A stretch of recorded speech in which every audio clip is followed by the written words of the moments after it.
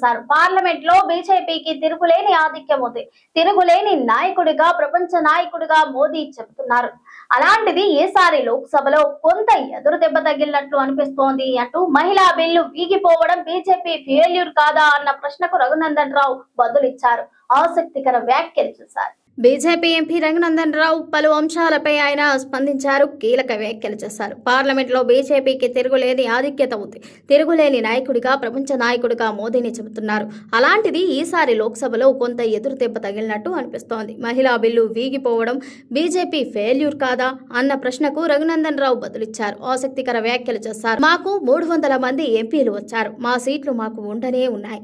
మరి ఎదురు దెబ్బ ఎక్కడ తాకింది? ప్రతిపక్షానికి ఉన్న 230 ప్రతిపక్షానికి ఉన్నాయి. ఎక్కడ ఏం మారింది? గణాంకాలు ఏమీ మారలేదు. 131వ రాజ్యాంగ సవరణ ఆమోదం పొందాలంటే 2 నుంచి 3 మెజార్టీ కావాలి. ఆ మెజార్టీ లేదు కాబట్టి 131వ రాజ్యాంగ సవరణ లోక్సభలో వీగింది. ఇదే ఫ్యాక్ట్. బీజేపీ గురించి ఎప్పుడు మాట్లాడినా ఒక మాట చెప్తాను. మిగతా రాజకీయ పార్టీల మాదిరి మేము ఏది పడితే అది చెయ్యము. ఈ బిల్లు ప్రవేశపెట్టకంటే ముందు భారత పార్లమెంటరీ ప్రజాస్వామ్యంలో పార్లమెంటరీ వ్యవహారాల శాఖ మంత్రి కిరణ్ రిజిజు అన్ని పార్టీల అధ్యక్షులు, అన్ని పార్టీల నాయకుల ఇళ్లకు వెళ్లారు.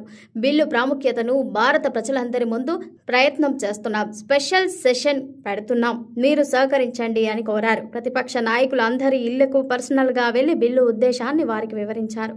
131వ రాజ్యాంగ సవరణ వీగిపోతే తమిళనాడు ఢిల్లీని ఓడించింది అని తమిళనాడు అంటుంది. నేను చేసిన ప్రయత్నం వల్లే 131వ రాజ్యాంగ సవరణ వీగిపోయిందని తెలంగాణ సీఎం రేవంత్ అంటున్నారు. కానీ వాస్తవం ఏంటంటే మేము ఓడిపోలేదు. ఇది అర్థం చేసుకోండి. నిజానికి 4 ఓట్లు పెరిగాయి. మీరు అర్థం చేసుకోవాలి. నిజం నిద్ర లేచేసరికి అబద్ధం ప్రపంచాన్ని చుట్టూస్తోందని చెబుతారు. ముఖ్యమంత్రి కుర్చీలో ఉన్నామని, మీడియా కంట్రోల్లో ఉందని, మనం ఏది చెబితే అది రాయాలని, మనం ఏది చెబితే అదే వేదమన్నట్లు 10 ఏళ్లు ఒక ఆయన చెలరేగిపోయారు. ఇప్పుడు ఎక్కడున్నారో ఏమయ్యారో కూడా తెలియదు. రేవంత్కు కూడా అదే పరిస్థితి. అధికారం ఆ పోరని ఏర్పాటు చేస్తోంది. ఎదిగిన కొద్దీ ఒదగాలనే సిద్ధాంతం మాది. ఎవరు సపోర్ట్ చేసినా చేయకపోయినా 4వసారి కూడా ఈ దేశానికి ప్రధానమంత్రి నరేంద్ర మోదీ అవుతారు అని ఎంపీ రఘునందన్ రావు అన్నారు. రాష్ట్ర కేబినెట్ సమావేశం ఈ నెల 23న జరగనుంది. గురువారం మధ్యాహ్నం సీఎం రేవంత్ రెడ్డి అధ్యక్షన సచివాలయంలో భేటీ కానున్నారు. ఈ సమావేశంలో 2 ఎమ్మెల్సీ అభ్యర్థుల ఎంపికతో పాటు రోహిత్ వేముల చట్టం ఆదాయాలు సమకూర్చడం, భూ రిజిస్ట్రేషన్ పెంపు వంటి అంశాలపై చర్చించనున్నట్లు సమాచారం. తెలంగాణలో కొత్తగా మరో బస్ స్టేషన్ అందుబాటులోకి రానుంది. కాళేశ్వరంలో పర్యటించిన సీఎం రేవంత్ రెడ్డి 198 కోట్లతో ఆలయ పునర్నిర్మాణం, అభివృద్ధి పనులకు భూమి పూజ చేశారు. అందులో భాగంగా 3.71 కోట్ల ఆర్టీసీ మోడల్ బస్టాండ్ నిర్మాణానికి శంకుస్థాపన చేస్తారు. బాసరా నుంచి భద్రాచలం వరకు నది తీరం వెంట ఉన్న ఆలయాలను అభివృద్ధి చేయాలనే సంకల్పంలో భాగంగా కాళేశ్వరం ముక్తేశ్వర స్వామి దేవస్థానం పునరాభివృద్ధికి సీఎం భూమి పూజ నిర్వహించారు. తెలంగాణలో కొత్తగా మరో బస్ స్టేషన్ అందుబాటులోకి రానుంది. కాళేశ్వరంలో పర్యటించిన సీఎం రేవంత్ రెడ్డి 198 కోట్లతో ఆలయ పునర్నిర్మాణం, అభివృద్ధి పనులకు పూజ చేశారు. అందులో భాగంగా 3.71 కోట్ల ఆర్టీసీ మోడల్ బస్టాండ్ నిర్మాణానికి శంకుస్థాపన చేశారు. బాసరా నుంచి భద్రాచలం వరకు నది తీరం వెంట ఉన్న ఆలయాలను అభివృద్ధి చేయాలన్న సంకల్పంలో భాగంగా కాళేశ్వరం ముక్తేశ్వర స్వామి దేవస్థానం పునరాభివృద్ధికి సీఎం భూమి పూజ నిర్వహించారు. గోదావరి పుష్కరాల నాటికి శాశ్వత ప్రతిపాదికన దేవాలయాలను అభివృద్ధి చేయాలన్న లక్ష్యం మేరకు పనులకు శ్రీకారం చుట్టారు. ఇదే సందర్భంగా భక్తుల సౌకర్యార్థం కాళేశ్వరం బస్ స్టేషన్ నిర్మాణానికి కూడా శంకుస్థాపన చేశారు. ఇక కాళేశ్వరం ఎత్తిపోతల ప్రాజెక్టును పునరుద్ధరించాలని సంకల్పించిన నేపథ్యంలో సీఎం రేవంత్ కుంగిపోయిన మేడిగడ్డ బ్యారేజీ ప్రాంతాన్ని సందర్శించి పరిశీలించారు.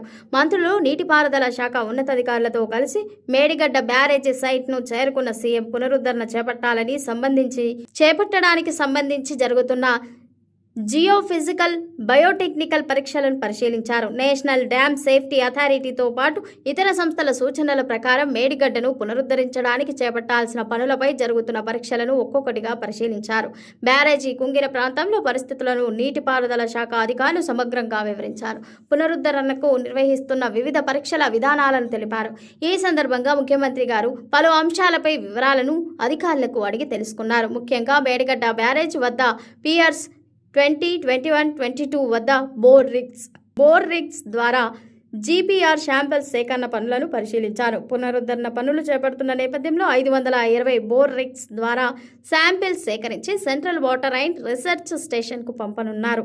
అక్కడ ల్యాబ్లో పరీక్షల అనంతరం దెబ్బతిన్న బ్యారేజీకి సంబంధించిన పూర్తి అవగాహన రానుంది.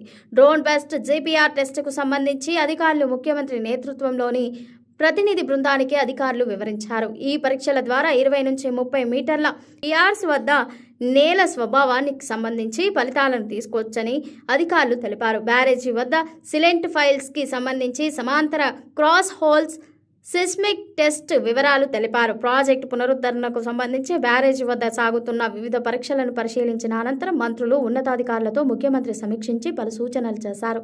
కాళేశ్వరం లిఫ్ట్ ఇరిగేషన్ ప్రాజెక్టులోని మేడిగడ్డ, అన్నారం, సుందిళ్ల బ్యారేజ్ లోపాలను సరిచేసి పునరుద్ధరించడంలో ఎలా ముందుకెళ్లాలో ఒక స్పష్టత వచ్చిందని, పునరుద్ధరణలో భాగస్వామ్యమయ్యే సంస్థలు, అధికారులు, నిపుణులు సమస్యను అర్థం చేసుకుంటే సగం పరిష్కారం లభించినట్టేనని సీఎం రేవంత్ వెల్లడించారు.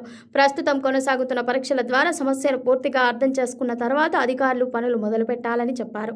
సేకరించిన శాంపిల్స్ ద్వారా వచ్చే ఫలితాలకు అనుగుణంగా పనులు చేపట్టాలని సూచించారు. ఎన్డీఏసీ మార్గదర్శకాలకు అనుగుణంగానే ముందుకు వెళ్లాలని, ప్రతి విషయంలో వారి అనుమతి తీసుకోవాలని, ముందుకు వెళ్లాలని స్పష్టం చేశారు. కేసీఆర్, జీవన్ రెడ్డిలను ఉద్దేశించి సీఎం రేవంత్ రెడ్డి తీవ్ర వ్యాఖ్యలు చేశారు. గత ఎన్నికల్లో బీఆర్ఎస్ పార్టీకి అధికారం లేకుండా చేశామని చెప్పిన రేవంత్ వచ్చే ఎన్నికల్లో కనీసం కేసీఆర్ కు ప్రతిపక్ష హోదా కూడా లేకుండా చేస్తామంటూ సవాల్ విసిరారు.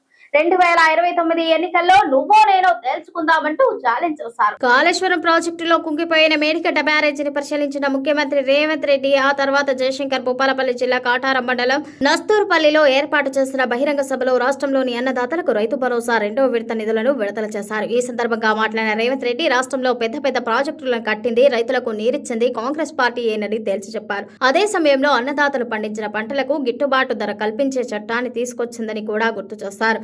అదే సమయంలో దేశంలోనే రైతులకు ఉచిత విద్యుత్ ఇచ్చిన మొట్టమొదటి పార్టీ కాంగ్రెస్ అంటూ స్పష్టం చేసింది.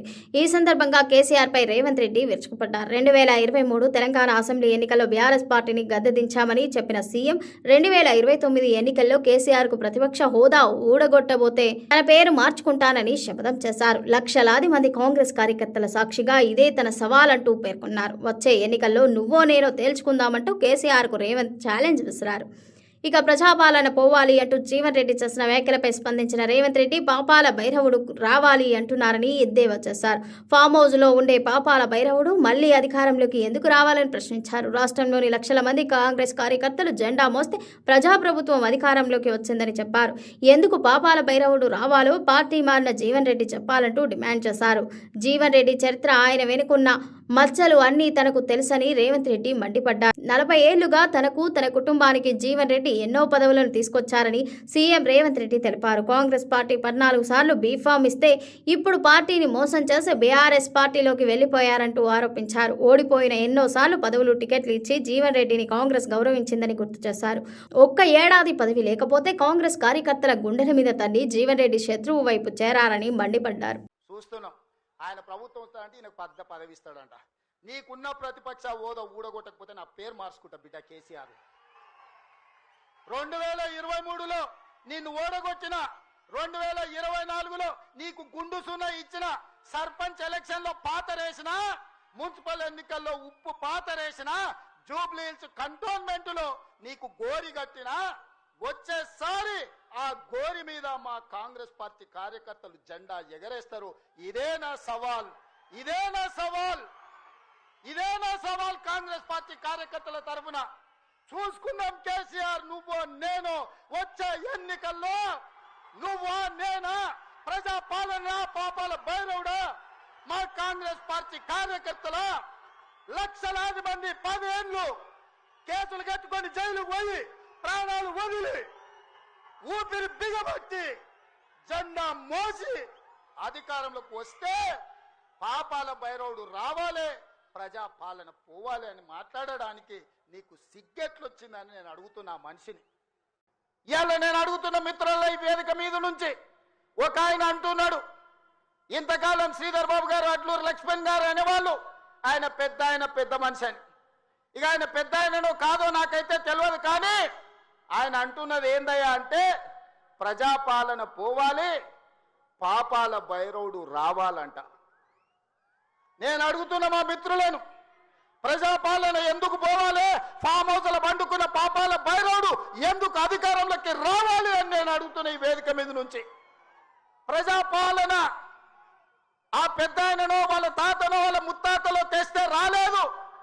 ఈ ప్రజాపాలన వచ్చింది లక్షలాది మంది కాంగ్రెస్ పార్టీ కార్యకర్తలు త్యాగం చేసి తమ రక్తాన్ని చెమటగా మార్చి భుజాలు కాయలు కాసేలా మువ్వన్నెల జెండాను మోస్తే ఈనాడు ఈ ప్రజాపాలన వచ్చింది. నీ నెత్తి మీద దరిద్రం ఉండి నువ్వు జగిత్యాలలో ఓడిపోతే ప్రజలు తిరస్కరిస్తే నీకు మంత్రి పదవి ఇవ్వకపోతే ప్రజాపాలన పోవాలనా? ఇవాళ నిన్ను పెద్ద మనిషి అని మేము పిలవాలనా? పెద్ద మనిషి అని పిలిపించుకునే అర్హత నీకు ఉన్నదా అని నేను ఈ వేదిక మీద నుంచి అడుగుతున్నా. నేను అడుగుతున్నా ఇవాళ పెద్ద మనిషిని, ప్రజాపాలన ఎందుకు పోవాలి? పాపాల బైరోడు అధికారులు ఎందుకు రావాలో నువ్వు జవాబు చెప్పాలి. నీ పదవి కోసం, నీ అధికారం కోసం, నీ ఆకాంక్ష కోసం ఆనాడు 1983 చరిత్ర వెనక్కి వెళ్ళి ఆయన పుట్టు పూర్వతరాలు పుట్టు మచ్చలు ఇవ్వాలి. ఈ వేదిక మీద నుంచి నేను చెప్పదలుచుకున్నా. ఆయన నీతేంది, ఆయన జాతేంది, ఆయన దోస్తేందో ఇవాళ మీ అందరి ముందర నేను విజ్ఞప్తి చేయదలుచుకున్నా. నేటి అర్ధరాత్రి నుంచి తెలంగాణలో ఆర్టీసీ బస్సులు తిరగవా అంటే అవుననే సమాధానమే వినిపిస్తోంది. కారణం, నేటి అర్ధరాత్రి నుంచి తెలంగాణ ఆర్టీసీ కార్మికులు సమ్మెకు దిగనున్నారు. దీంతో రాష్ట్ర వ్యాప్తంగా ఆర్టీసీ బస్సులు నిలిచిపోనున్నాయి. తమ డిమాండ్లపై ప్రభుత్వం నుంచి సానుకూల స్పందన రాకపోవడంతో కార్మిక సంఘాలు సమ్మెకు దిగడానికి నిర్ణయించుకున్నాయి. ఆర్టీసీని ప్రభుత్వంలో విలీనం చేయడంతో పాటు పీఆర్సీ అమలు, బకాయిలు చెల్లింపు వంటి సమస్యలపై ఉద్యోగులు వెనక్కి తగ్గేదే లేదంటున్నారు. నేటి అర్ధరాత్రి నుంచి తెలంగాణలో ఆర్టీసీ బస్సులు తిరగవా అంటే అవుననే సమాధానమే వినిపిస్తోంది. కారణం, నేటి అర్ధరాత్రి నుంచి తెలంగాణ ఆర్టీసీ కార్మికులు సమ్మెకు దిగనున్నారు. దీంతో రాష్ట్ర వ్యాప్తంగా ఆర్టీసీ బస్సులు నిలిచిపోనున్నాయి. తమ డిమాండ్లపై ప్రభుత్వం నుంచి సానుకూల స్పందన రాకపోవడంతో కార్మిక సంఘాలు సమ్మెకు దిగడానికే నిర్ణయించుకున్నారు. ఆర్టీసీని ప్రభుత్వంలో విలీనం చేయడంతో పాటు పీఆర్సీ అమలు, బకాయిల చెల్లింపు వంటి సమస్యలపై ఉద్యోగులు వెనక్కి తగ్గేదే లేదంటున్నారు. నేటి అర్ధరాత్రి నుంచి ప్రారంభం కాబోయే ఈ సమ్మెలో ఆర్టీసీ బస్సులు సిబ్బంది ప్రత్యక్షంగా పాల్గొనబోతున్నారు. సమ్మె నిర్ణయంతో ప్రయాణికులు ఆందోళన చెందుతున్నారు. ఇదిలా ఉంటే ప్రభుత్వం ప్రత్యామ్నాయ ఏర్పాట్లపై దృష్టి పెట్టింది. ఇదిలా ఉంటే ఆర్టీసీ, జేఏసీలో లేని ఇతర కార్మిక సంఘాలు సైతం సమ్మెకు మద్దతిచ్చాయి. దీంతో ఆర్టీసీలో ఉన్న అన్ని సంఘాలు సమ్మెలో పాల్గొంటున్నాయి. ఆర్టీసీ సిబ్బంది సమ్మెకు పిలుపునిచ్చిన నేపథ్యంలో మంత్రి పొన్నం ప్రభాకర్ నివాసంలో ఆర్టీసీ ఎండీ వై నాగిరెడ్డి ఇతర ఉన్నతాధికారులు ప్రత్యేకంగా సమావేశమయ్యారు. సమ్మె నేపథ్యంలో అనుసరించాల్సిన విధానాలపై చర్చిస్తున్నట్టు తెలిసింది. ఇదిలా ఉంటే సమ్మె నిర్ణయంపై ఆర్టీసీ కార్మికులు బలంగా నిలబడి ఉన్నారు. ఇది మరో సకల జనుల సమ్మెగా మారుతోంది అంటున్నారు. ఈ సమ్మెకు అందరి సహకారం సంపూర్ణంగా ఉందని చెబుతున్నారు. ప్రభుత్వం, ఆర్టీసీ యాజమాన్యం ప్రైవేటు సిబ్బందితో సమ్మెను నిర్వీర్యం చేయాలని చూస్తే ఎలా అడ్డుకోవాలో తమకు తెలుసునన్నారు. సమ్మెను విజయవంతం చేసి సమస్యలను పరిష్కరించుకుంటామని ఆర్టీసీ జేఏసీ చైర్మన్ వెంకన్న తెలిపారు. సమస్యలపై మంగళవారం మధ్యాహ్నంలోగా ప్రభుత్వం, ఆర్టీసీ యాజమాన్యం స్పందించకపోతే మెజార్టీ యూనియన్ల జేఏసీగా తాము సమ్మెకు సిద్ధంగా ఉన్నామని తెలంగాణ మజ్దూర్ యూనియన్ వ్యవస్థాపక ప్రధాన కార్యదర్శి అశ్వత్థామారెడ్డి తెలిపారు. తెలంగాణలోని విద్యుత్ వినియోగదారులకు రాష్ట్ర ప్రభుత్వం విద్యుత్ నియంత్రణ మండలి ఊరట కలిగించాయి.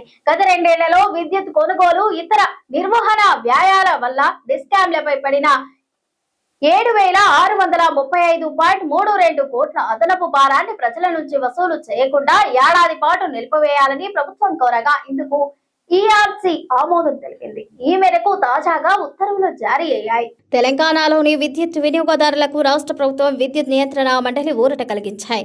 గత 2 ఏళ్లలో విద్యుత్ కొనుగోలు, ఇతర నిర్వహణ వ్యయాల వల్ల డిస్కామ్లపై పడిన 7,635.32 కోట్ల అదనపు భారాన్ని ప్రజల నుంచి వసూలు చేయకుండా ఏడాది పాటు నిలిపివేయాలని ప్రభుత్వం కోరగా ఇందుకు ఈఆర్సీ ఆమోదం తెలిపింది. ఈ మేరకు తాజాగా ఉత్తర్వులు జారీ అయ్యాయి. 2022-23, 2023-24 ఆర్థిక సంవత్సరాల్లో విద్యుత్ పంపిణీ